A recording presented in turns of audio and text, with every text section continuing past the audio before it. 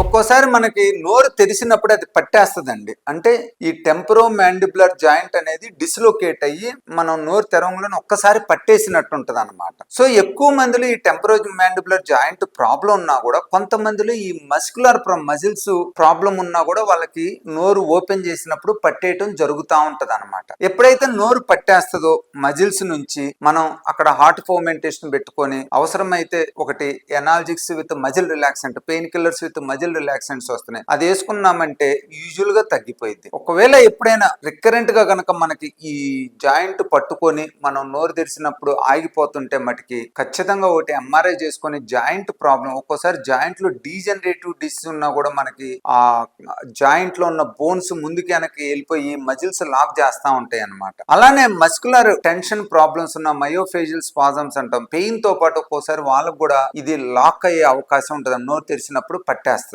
Usual గా మనకి ఇలా పట్టేసే వాళ్ళకి ఎవరికైతే మజిల్ ప్రాబ్లమ్స్ నుంచి పట్టేస్తుందో వాళ్ళు చలిగాలికి ఎక్కువ వెళ్ళొద్దు, ఏసీని కూడా కంట్రోల్ టెంపరేచర్ లో ఉంచుకోవాలి. ఎప్పుడన్నా కొంచెం డిస్కంఫర్ట్ ఉన్నా కూడా వేడివేడి అన్నంతో గానీ వేడివేడి వాటర్ తో గానీ ఫోమెంట్ చేసుకోవాలి.